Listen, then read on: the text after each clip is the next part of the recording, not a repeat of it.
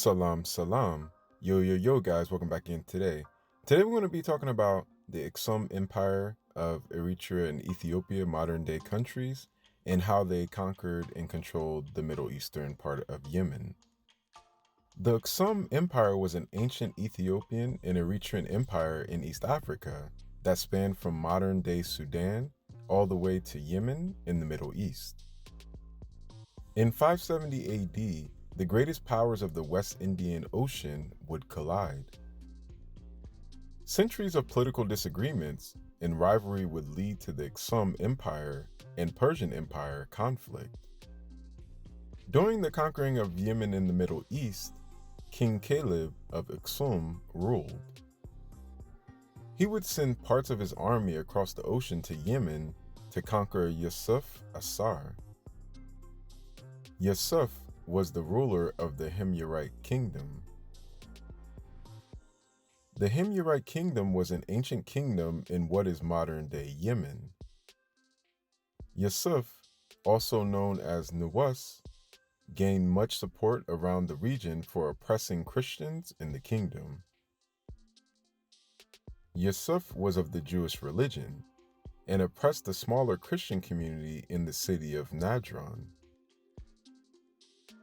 Soon King Caleb of Aksum would send his troops from East Africa to Yemen. The Aksum troops would go to war with the kingdom's army and eventually killed Yusuf and took over the kingdom of Himyarite in modern-day Yemen. King Caleb, from Africa, would appoint Ashwa, a Christian Himyarite native, to rule over the kingdom as a viceroy. This would not last long, as a Aksumite African general, Abraha, would kick Ashwa out and make himself king. Abraha would rule over Jewish Arabs and some Africans who came over to the new part of the empire. Eventually, he would want to and did break up the empire into two separate entities. Aksum, in Yemen, Aksum would be loosely connected at this time through politics and trade. In both the Middle Eastern Aksum Kingdom and back in East Africa, famine would break out. Also, plague and political strife would arise. Elephants in the East African region would go extinct due to the ivory use within the empire. Ivory mounts, weapons, and trade throughout the world would put a strain on the bush elephant population. Aksum would try to combat that by making a law not to hunt or to use ivory.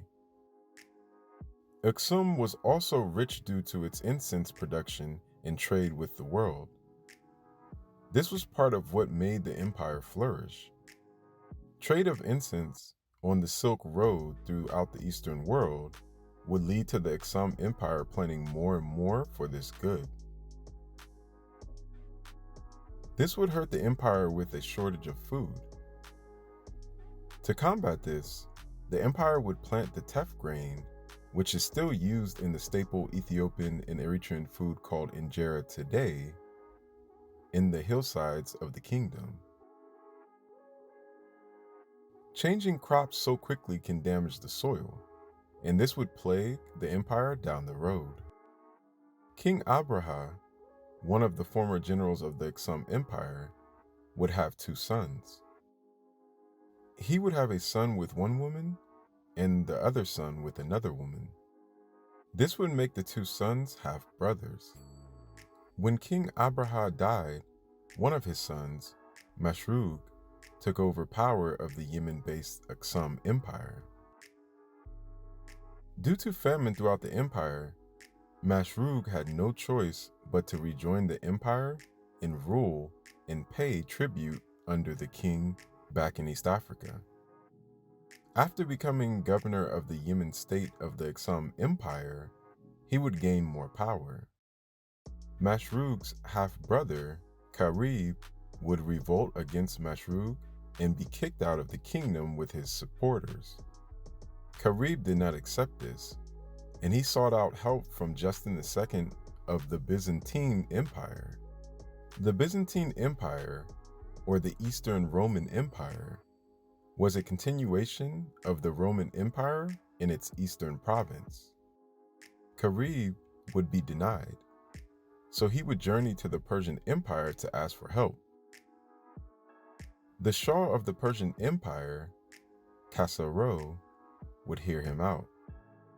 A Himyarite noble leader, known as Yasan, would join Karib. No one really knows if Yasan was really the name of the noble leader due to his story being written 1,000 years later.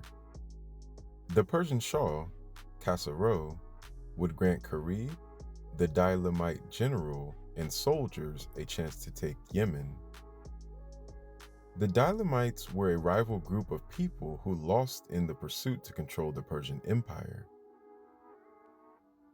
Bawe, a high-rank general in the Daylamite people, would lead the prisoners. These soldiers were prisoners, and the Shah of Persia made a deal with the Daylamite prisoners in general. The Shah stated he would free the prisoners from their death sentence if they helped Karib of Aksum, Yemen, and Yasan recapture the kingdom. At this point, there is a Aksum African Christian prince, a Arab Yemen Jew, and a Persian slave general working together. 900 men would head out to the Aksumite-ruled Yemen. Back in the Aksum-ruled part of Yemen, Mashrooq caught word of his half-brother and foes heading to the kingdom to overthrow him. We must remember this was during the time of famine in a fragile Aksum Yemen kingdom. Mashrooq would scramble to put an army together before the attack of his half-brother. A lot of Arabs in the kingdom did not want to help Mashrooq, an African Christian leader ruling over them. Mashrooq would send word back to Africa to ask the king of Aksum at this time, whose name was Allah Midas, to send 10,000 soldiers to help defend the Middle Eastern part of the empire. We must note also that the Aksum Empire at its height had hundreds of thousands of soldiers on call at any time. 10,000, though, was still a stout number.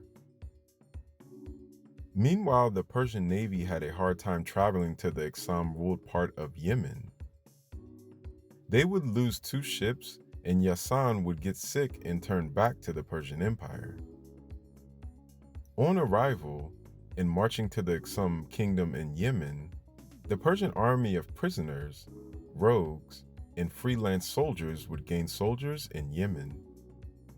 These people wanted Mashrooq to fall and his Christian rule to fall as well. Finally, the Persian army arrived outnumbering the Aksum army of 10,000 men. The Battle of Hadrama would begin. At the beginning of the battle, the Aksum army, more skilled and trained, would begin to push back the Persians. The Persian general Boe would fight alongside his son. Eventually, a Aksum soldier would slay his son, and the Persian general eventually found his son on the ground dead. At this point, everything went out the window. The Persian general Boe did not care about being free from the Persian Empire or taking over Aksum Yemen for himself, but only revenge for his dead son. Soon after, revenge would set in, and the Persian general would spot Mashrooq. Mashrooq would be on the battlefield riding back and forth on his horse commanding the troops. With the fast-paced commands in war, the horse would eventually get tired. Mashrooq would have to switch from the horse to a donkey. With this opportunity, the Persian general would fire an arrow that would strike the Aksum general and kill him. With the Aksum leader dead, the army would start to go into dismay. Still holding their ranks, the Aksum army would be surprised by a new Persian weapon. This weapon, called the Panjagan, could shoot 5 arrows at one time. No one knows if this was a type of weapon or a firing style of 5 arrows on a special type of bow. Either way, the Persians would frighten the Aksum army with a rain of arrows and change the tide of war. The Aksum army would retreat back to the city of Sana'a. Once back at the city, the Aksum army would surrender to the Persian army. Word would get back to the Persian Empire, and the Shah of Persia would appoint Yasan to govern the now Persian Yemen kingdom. Yasan would administer Jewish rule once more over the Yemen kingdom of Himyarite. It would also be a vassal of the Persian Empire. It is not clear if Yasan was killed by Ethiopian servants or died on a journey back to the Persian Empire. Either way, after his death of only a few years in power, the Persian Empire would put Karib into power. Karib would see his half-brother die on the battlefield and come back in control of the kingdom. The Persian Shah told Karib that he could govern the kingdom, but only if he made the kingdom a Persian vassal. Karib would agree, return to the kingdom, and send his Persian army allies back to the Persian Empire. This would be fatal for Karib on many levels. For one, the kingdom was not doing good economically. A big amount of Arab citizens did not like the Christian leader and his will to convert them. They also did not like the thought of Africans in the noble family and normal African citizens ruling over them. Their Arab Jewish leader, Yasan, was also dead now. This did not sit right with parts of the population who were Arab. Karib also thought that his connection back to the Aksum Empire of East Africa was over. But he was wrong. The ruling king of Aksum at the time, Ala Amidis, would gather up an army to send to the Yemen kingdom. Once the African army arrived at the Yemen kingdom, Karib would flee the kingdom, not having an army to defend himself. Karib would be caught by an Aksum spy and killed. The East African Empire of Aksum would take over Yemen once more. Word would spread back to the Persian Empire capital. The Shah of Persia was not happy with its rival African empire taking back Yemen. The Persian Shah was enraged and could not believe Karib didn't even try to put up a fight to protect the vassal kingdom. The Persian Shah would send the general Boe with a true army of 4,000 men back to the Yemen kingdom. Boe, just returning to the Persian Empire, having his freedom, losing his son on the battlefield against the East African army, would leave for Yemen once more. Boe would take the Aksumite-ruled Yemen kingdom within 3 days. This is due to the decline of the Aksum Empire. The soldiers that were sent to Yemen were not top tier from the empire, and even had farmers mixed into the regiment. Every man had to fight at this time. The Aksum Empire was on its decline. This would be the last time Aksum, the East African Empire, would rule Arabia. The Aksum army would be pushed back over the sea to East Africa, and Boe would be appointed as the new governor of the Yemen kingdom of Himyarite. The Persian Shah, in 578, would take the Yemen kingdom directly into the Persian Sasanian Empire instead of making it a vassal state. After 6 wars in southern Arabia, the Ethiopian-Eritrean Empire would lose power in the Middle East. With the Aksum government in economic turmoil, lack of money due to funding for military campaigns, and King Ala Amidis dying in 580, this would all play a part in the downfall. Ala Amidas's younger brother, King Wazena, would now have to take over all these problems. The Aksum Empire would start to decline. and never be the world's superpower it once was. So yo guys, please like and subscribe, turn on the bell notification. Please add me on all social medias, which is Afric Network, which is Instagram, Twitter, SoundCloud, Snapchat, Facebook, TikTok. Each one teach one. Always love each other, always learn from each other.